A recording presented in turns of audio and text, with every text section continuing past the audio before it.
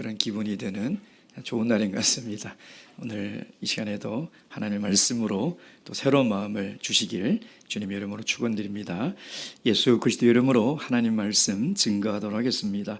성경 말씀 마태복음 4장 1절에서 3절까지의 말씀입니다. 4장 1절에서 3절 찾으셨으면 저와 함께 한 목소리로 1절부터 3절까지 읽도록 하겠습니다. 시작. 그때 예수께서 성령에 이끌리어 마귀에게 시험을 받으러 광야로 가사 40일을 밤낮으로 금식하신 후에 줄이신지라. 시험하는 자가 예수께 나와서 가로되 내가 만일 하나님의 아들이거든 명하여 이 돌들이 떡덩이가 되게 하라. 아멘. 금번 세례식에 정말 많은 성도님들이 함께 참석하셔서 함께 기뻐하고 또 축하해주고 하는 모습을 보니까 정말 감사를 드리고요. 또 하나님께서 모든 날씨와 또 일정들을 주관해 주셔서 하나님의 은혜에 진심으로 감사를 드리는 그런 시간이었습니다. 올 초에 비가 오지 않아서 얼마나 가뭄이 심했습니까? 그래서 세례식은 점점 다가오는데 이게 물이 얼마나 있을까? 저하고 우리 임원들은 참 기도하는 마음으로 이렇게 준비를 했는데 세례식 전에 하나님이 정말 적당한 때에 이렇게 비를 주신 것 같아요. 그리고 그날도 구름으로 해를 쫙 가려주셔가지고 햇빛에 타지 않게 아주 춥지도 덥지도 않은 그런 날씨를 주신 것 같습니다. 사실 세례식을 준비하면서 날씨를 위해서 기도도 참 많이 했지만 특별히 유아들이 있어서 한편으로는 좀 걱정이 되었습니다. 왜냐하면 유아들은요 세례식이 끝나면 저하고 관계가 단절이 됩니다. 저에게 오지 않고요 저를 보면 막 웁니다. 왜냐하면 자기를 물먹인 사람으로 기억을 하고 있어서 그게 참 걱정이 되더라고요. 예담이나 우리 이나는 사실 아무것도 모르니까 금방 잊어버리는데 4살짜리 우리 윤준이가 좀 걱정이 됐어요. 제가 10여 년 전에 초등학교 4학년인데 세례를 받기를 원하셨어요. 어머님이 중간에 들어오셨는데 이녀식이 초등학교 4학년인데 몸무게가 저하고 비슷하게 나가고요. 덩치가 키고요. 태권도를 다녔습니다. 근데 얘가 어릴 때 물에 빠져 죽을 뻔한 트라우마가 있는 거예요. 물로 끌고 가는데 힘이 저보다 센 거예요. 그러니까 전쟁을 치르는 겁니다. 근데 무릎을 꿇히려고 하는데 제 어깨를 딱 잡고 안았는 거예요.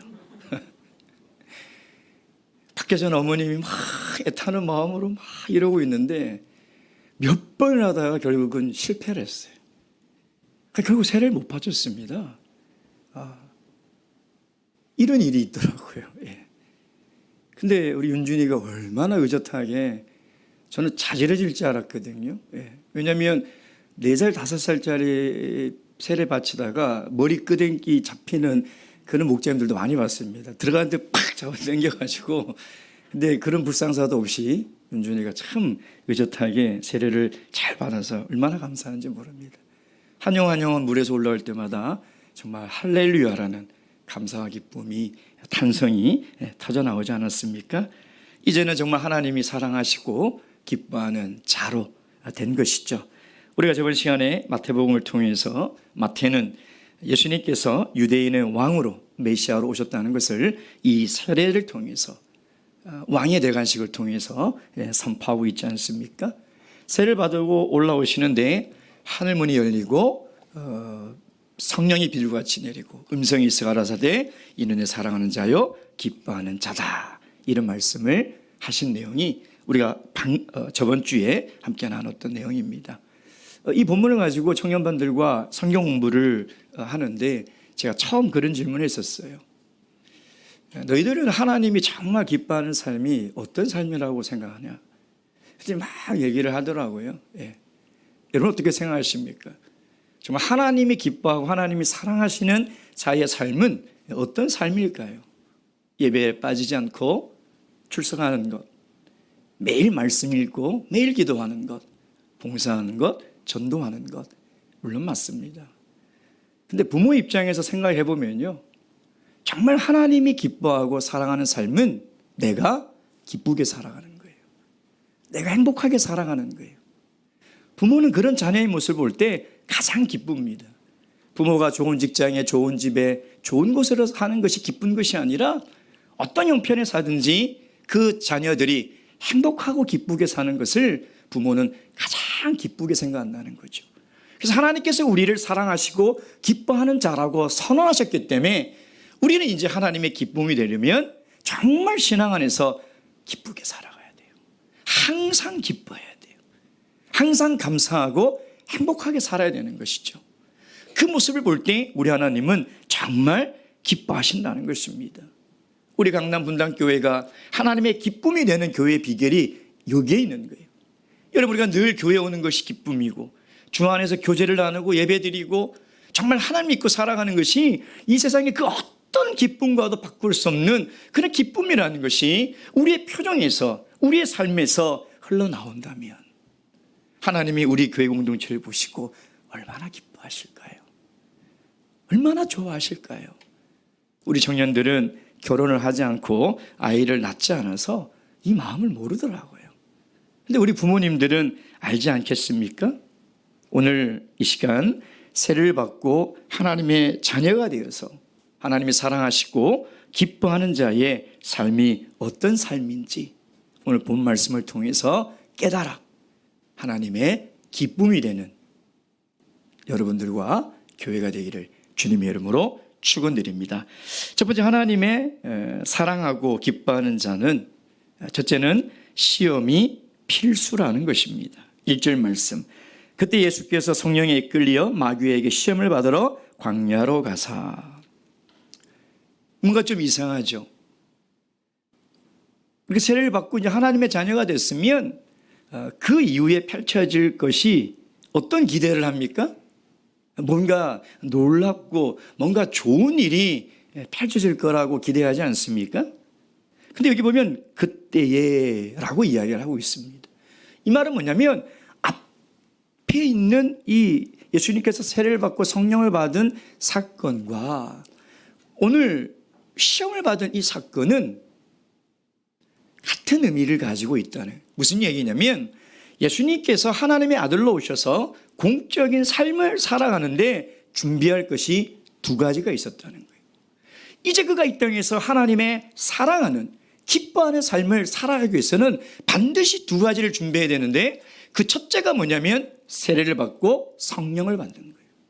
근데 그것으로 끝나는 것이 아니라 반드시 시험을 받아야 한다는 거예요. 여러분, 우리는 하나님의 자녀가 되면 우리의 삶에 기대하는 것이 뭐예요? 이제 정말 앞으로 하나님께서 인도하시고 지켜주시고 복 주시면 우리의 삶은 날마다 좋을 것이다. 근데 오늘 이야기의 스토리의 전개는 그렇지 않습니다. 오늘 1절에 보면 성령에 이끌려, 이 말은 뭐냐면 하나님이 이 시험을 허용하셨다는 거예요. 하나님이 이 시험을 허락하시고 계획하셨다는 것이죠. 그럼 우리는 이 본문을 읽을 때 이런 질문을 해야 돼요. 왜 하나님께서 당신이 사랑하시고 기뻐하는 하나님의 자녀에게 이 시험을 허락하셨을까? 그렇다면 분명히 이 시험에 하나님의 목적이 있지 않겠습니까? 그것이 무엇일까요? 왜 하나님은 당신이 사랑하고 기뻐하는 당신의 자녀에게 시험을 허락하실까요? 그것은 분명히 우리가 더 하나님의 사랑을 받는 사람이 되고 더 하나님의 기쁨이 되는 사람이 되라는 거예요. 다시 얘기하면 이 시험을 통해서 우리가 더 성장하고 더 성숙해져 가라는 것이죠. 여러분, 선생님들이 시험을 내지 않습니까? 선생님들이 시험을 내는 목적이 뭐예요? 학생들을 힘들게 하려고 하는 것이 아닙니다. 학생들이 미워서 시험을 내는 것이 아니에요. 그 시험을 통해서 내가 얼마만큼 열심히 공부했고 내가 어느 부분이 부족하며 어느 부분을 더 열심히 해야 되는지 그걸 깨달아서 어떻게 그걸 보충하라는 거죠. 그래서 성적이 올라가라는 거예요.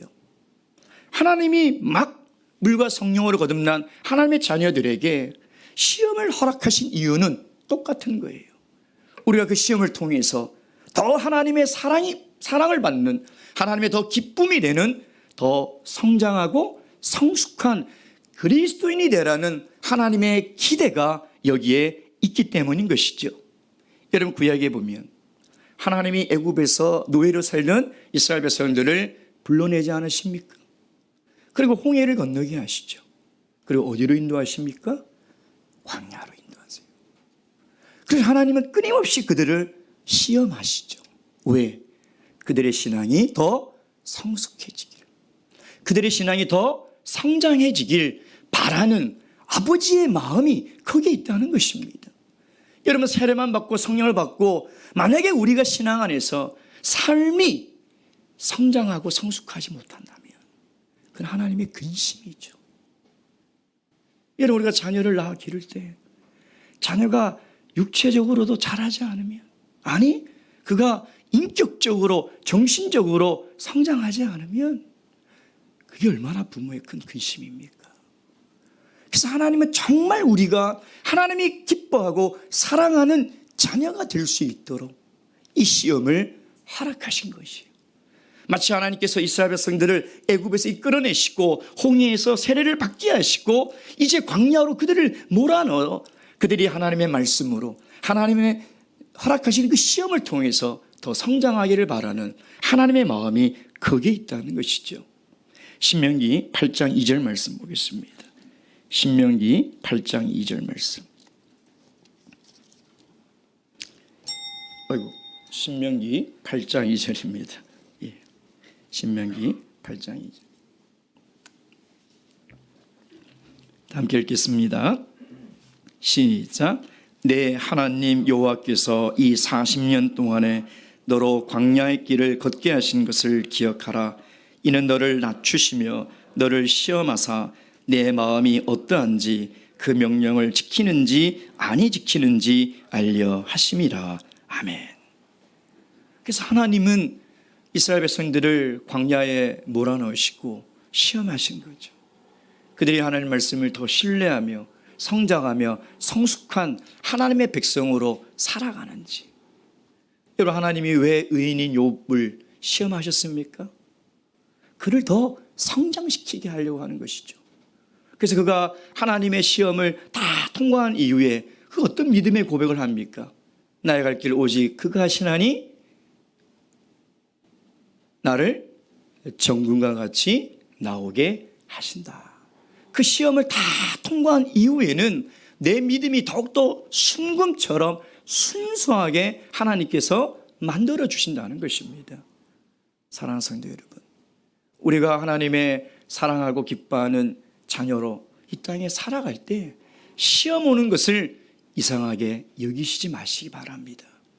이것은 하나님의 사랑하고 기뻐하는 사람이 살아가는 인생의 필수 코스라는 거죠.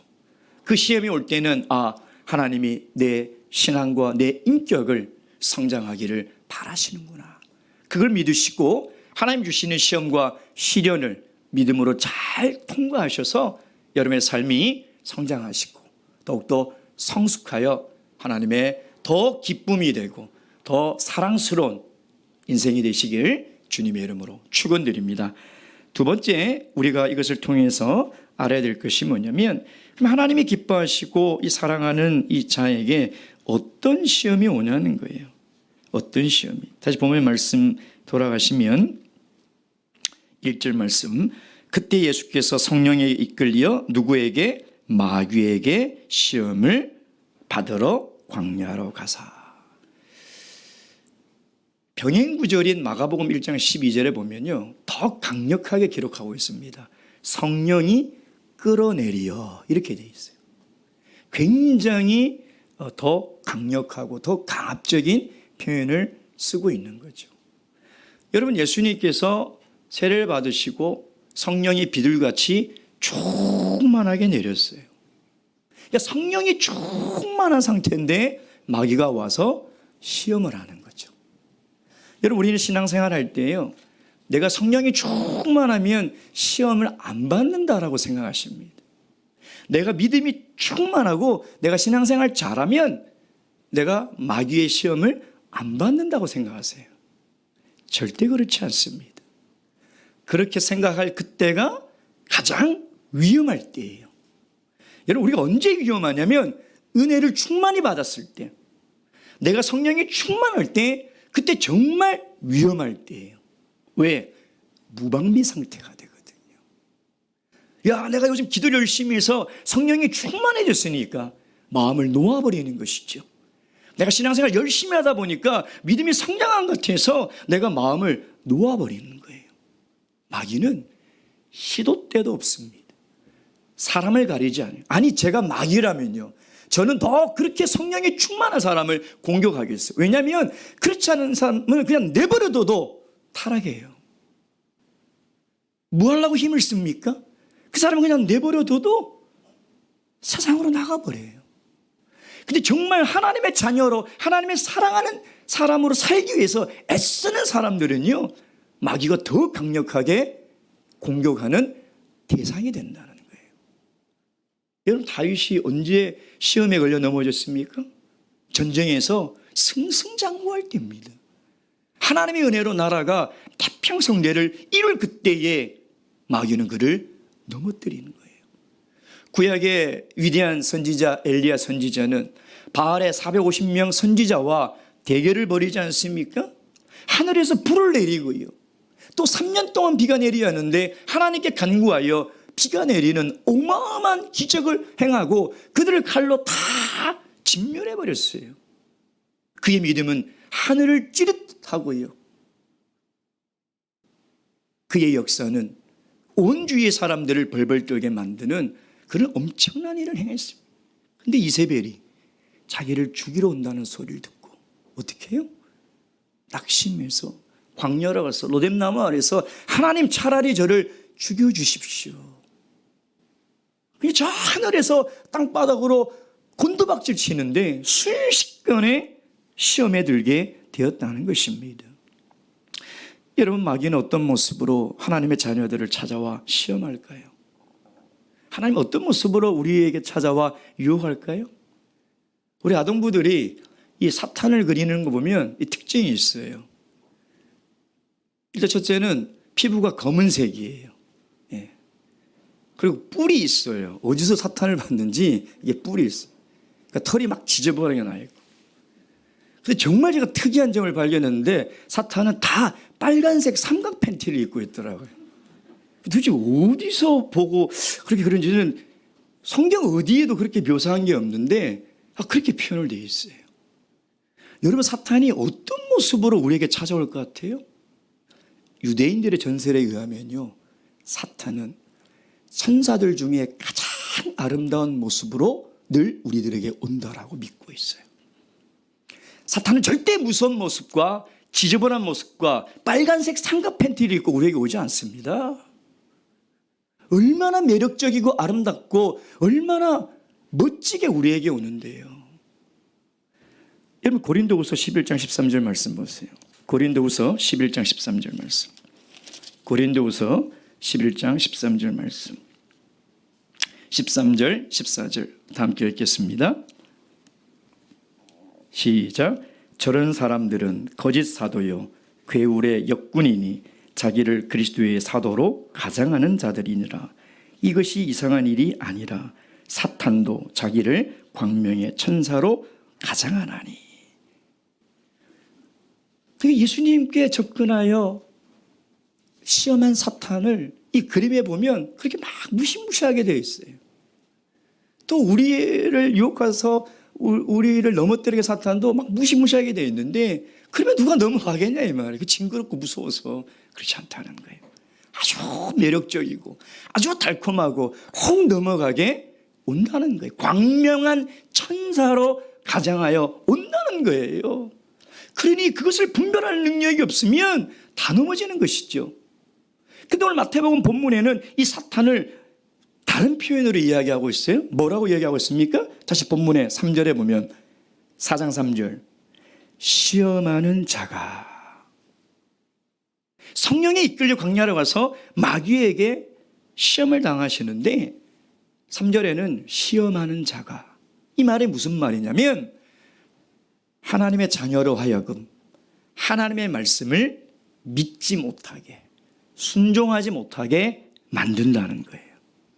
여러분, 마귀는요, 수천 년 동안 하나님의 자녀들을 넘어뜨려 본 빅데이터가 있어요. 여러분, 생각해 보세요. 수천 년 동안 얼마나 많은 하나님의 자녀들을 지옥으로 보냈겠습니까? 어마어마한 빅데이터가 있어요. 경험이 있어요. 그게 잘 알아요. 하나님의 자녀들이, 하나님의 기뻐하는 사랑하는 자녀들이 어떻게 하면 그 인생이 파멸하는지 잘 알아요. 그게 뭐냐면 하나님의 말씀을 불순종하게 만드는, 이게 제일 강력한 하나님의 마귀의 시험이라는 거예요. 하나님 말씀을 불순종하게 만든다는 거예요. 여러분, 사탄은 그래서 항상 하나님 말씀을요 왜곡하고 비틀어 버립니다. 절대 전면으로 부정하지 않아요. 하나님 믿지 마 이러지 않다니까요. 천국이 없어, 지옥이 없어 이렇게 하지 않아요. 사람이 뜨거운 것을 대면 활짝 놀라서 그 뜨거운 것에 넘어지지만 그 미지근한 물에 개구리를 넣어놓고 팔팔팔팔 끓이면 얘가 자기가 익어서 개구리탕이 되는지도 모르게 거기서 죽는다고 하잖아요. 똑같아요. 마귀는 우리를 시험하고 하나님 말씀에서 불순종하게 만들 때 약간만 비틀어요. 왜곡시키는 거죠. 하나님의 말씀을 가지고 비틀어 버린다는 거예요. 최초의 인류 아담에게 다가가서 그들을 시험한 게 뭐예요? 하나님은 분명히 정령 죽으리라고 말씀하셨건만 마귀는 죽을까 하노라. 약간 비틀어버리죠. 오늘 마귀는 이 예수 그리스도를 시험하실 때 어떻게 비틉니까? 어떻게 비틀어요, 여러분? 예? 어떻게 비틉니까? 만일 하나님의 아들이거든. 만일 하나님의 아들이거든. 마귀도 듣고 있었다는 거예요. 하늘의 음성을 마귀도 다 듣고 있다니까요. 알아요. 그가 하나님의 사랑받고 기뻐하는 자라는 걸 안다는 거예요. 그 말씀을 가지고 비튼 거예요. 여러분, 고린도후서 11장 3절 보세요. 고린도후서 11장 3절. 고린도후서 11장 3절입니다. 3절 다 함께 읽겠습니다. 시작. 뱀이 그 관계로 이와를 미혹해 한 것 같이 너희 마음이 그리스도를 향하는 진실함과 깨끗함에서 떠나 부패할까 두려워하노라. 하나님의 말씀을 왜곡하고 비틀어서 우리의 마음이 그리스도의 말씀에서 떠나서 썩어 멸망하게 만든다는 것입니다. 여러분, 마귀는 지금도 하나님의 말씀을 회방하고 왜곡하고 있어요. 왜냐하면 하나님의 말씀이 왜곡되고 비틀어지면 우리는 하나님의 사랑받는, 기뻐하는 삶을 살아갈 수 없기 때문인 것이죠. 그래서 마귀는 끊임없이 우리 삶 속에 말씀이 들어오지 못하게 해요. 말씀이 들어와도 빼앗아가 버립니다. 그 들어와도 왜곡되고 비틀어 버린다는 것이죠. 왜? 그렇게 하면 우리 인간은 파멸하는 것을 너무나 잘 알고 있기 때문인 것이죠. 마가복음 4장 15절 말씀 보겠습니다. 마가복음 4장 15절 말씀. 마가복음 4장 15절. 마가복음 4장 15절 다 함께 읽겠습니다. 시작. 말씀이 길가에 뿌리었다는 것은 이들이니 곧 말씀을 들었을 때에 사탄이 즉시 와서 저희에게 뿌린 말씀을 빼앗는 것이요. 여러분, 하나님의 말씀이 왜곡되면요, 우리의 생각이 왜곡됩니다. 그러면 분명히 그 사람은 인생이 비틀어져요. 삐뚤어질 수밖에 없어요. 그래서 마귀는 끊임없이 하나님의 말씀을 비틀고 왜곡시키는 것이죠. 하나님의 사랑하는 자녀들이 하나님의 말씀을 빼앗기면 모든 것을 다 빼앗기는 것입니다. 말씀이 들어오지 못하면 내 생각은 왜곡될 수밖에 없고 내 생각은 육체를 쫓아가 세상을 쫓아갈 수밖에 없는 거예요. 그럼 하나님의 사랑하는 자들이 하나님의 사랑을 받을 수가 없는 거예요. 하나님의 사랑을 받는다는 것은 우리의 생각이 하나님 말씀에 복종하고 순종하여 그가 인도하는 그 길을 따라갈 때 하나님은 정말 기뻐하시는 거죠. 그것이 하나님의 사랑하는 성도의 자녀의 모습이 아니겠습니까? 여러분, 하나님 말씀을 들을 때 이 들은 말씀을 빼앗기지 마세요. 이 말씀을 듣고 그냥 흘려버리고 가지 마세요. 이 말씀이 얼마나 중요한 생명의 말씀이고, 이 말씀을 듣느냐 듣지 못하느냐가 한 영혼의 생과 사를 결정짓는 말씀이며, 그 인생이 올바로 하나님의 자녀로 살아갈 수 있는지 아니면 멸망의 자녀로 살아갈 수 있는지 결정하는 것이 오늘 우리에게 들려주시는 하나님의 말씀이라는 거예요. 그러니 이 말씀을 듣고 곱씹고 묵상하고 깨닫고 실천하는 것이 하나님이 가장 사랑하고 기뻐하는 하나님의 자녀의 모습임을 잊지 마시고, 늘 하나님 말씀에 순종하시고 이 말씀을 생명처럼 지키며 살아가시길 주님의 이름으로 축원드립니다. 마지막 세 번째, 오늘 본 말씀을 통해서 하나님이 정말 원하시는, 사랑하는, 기뻐하는 자의 삶이 무엇인가, 이제 그것을 우리에게 이 본문이 이야기를 하고 있는 것입니다. 다시 본 말씀에 돌아가면 오늘 보면요, 1절 2절, 그때 예수께서 성령에게 이끌리어 마귀에게 시험을 받으러 광야로 가사 40일을 밤낮으로 금식하신 후에 줄이신지라. 지금 이 마태복음의 저자는 1차 독자인 유대인들에게 예수 그리스도를 소개하고 있다, 이렇게 제가 서론에 말씀을 드렸습니다. 그러니까 왜 광야라는 말, 40일을 금식했다는 말을 왜 기록하고 있냐면, 누가복음에는요 40일 금식했다는 기록이 없습니다. 그냥 광야에서 시험을 받으사 이렇게 되어 있어요. 왜? 누가는 그게 중요한 게 아니거든요. 근데 마태는 굉장히 중요한 거예요. 왜 그럴까요? 왜 그럴까요? 그들에게 전달하고자 하는 메시지가 분명한 거죠. 너희들의 조상은 애굽에서 나와서, 이스라엘 백성인들이 애굽에서 나와서 광야에서 40년을 하나님의 시험을 받을 때 실패했다는 거예요. 그걸 얘기하고 싶은 거예요. 그래서 40일을 금식한 것은 모세가 시내산에서 하나님의 계명을 받기 전에 그 40일을 금식한 그 사건을 지금 이야기를 하고 있는 것이죠. 실패했다는 거예요. 근데 예수님은 똑같이 너희들처럼 광야에 내몰려서 40일 금식한 후에 이 시험을 어떻게 이기는지, 이 마귀의 시험을 어떻게 이기는지를 통해서 우리가 진정 하나님이 기뻐하고 하나님이 사랑하시는 그 삶을 살아갈 수 있음을 우리에게 보여주고 있는 것이죠.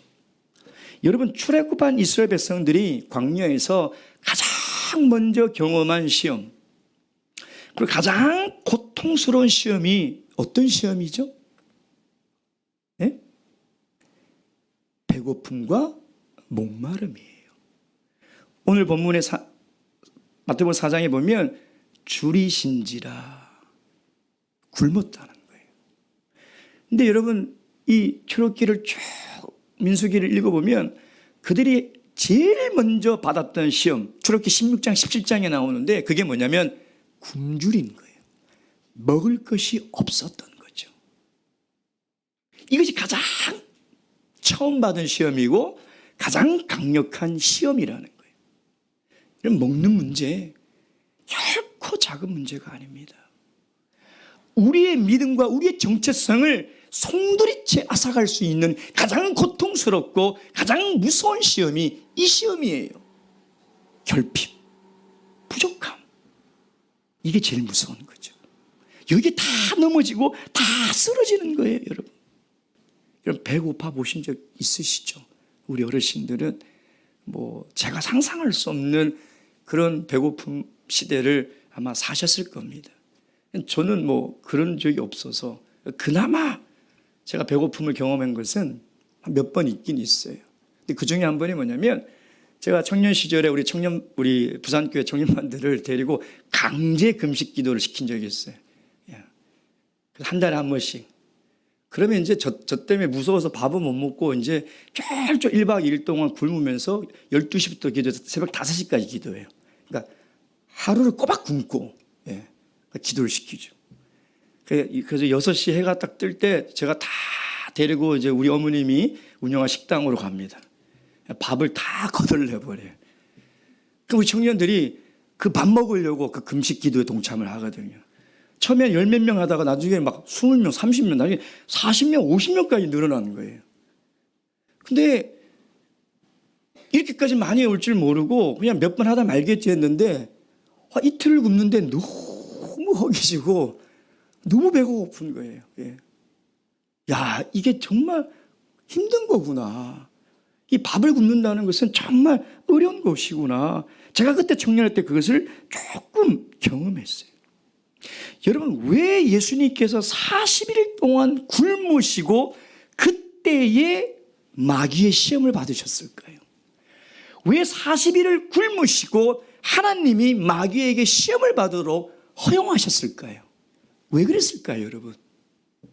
그것은 뭐냐면 하나님이 정말 기뻐하고 사랑하는 자녀의 모습은 뭐냐면 굶주리고 부족하고 결핍한 상황 속에서도 오직 하나님 말씀을 붙들고 순종하며 살아가는 사람이라는 거예요. 풍요로움 속에서 모든 것이 넉넉함 속에서 살아가는 자녀가 아니라 정말 먹고 살기 힘들고 극심한 어려움 속에서도 하나님의 말씀을 붙들고 순종하며 살아가는 삶. 하나님은 그런 모습을 우리에게 보고 싶어 하시는 것이죠. 그것이 정말 하나님이 사랑하시고 기뻐하는 하나님의 자녀의 모습이라는 것입니다. 사랑하는 성도 여러분, 경제가 점점 어려워지고 있습니다. 정말 먹고 사는 것이 너무 힘든 시대를 앞으로 살아갈 거예요. 그 어려운 시대에, 그 어려운 시기에 하나님의 사랑하고 기뻐하는 자로서 그 어려운 속에서도 하나님 말씀을 끝까지 붙드시고 하나님 말씀을 신뢰하시고 순종하며 살아가셔서 하나님이 정말 기뻐하고 사랑하는 자녀가 다 되시길 주님의 이름으로 축원드립니다. 묵도하시겠습니다. 할렐루야. 아멘.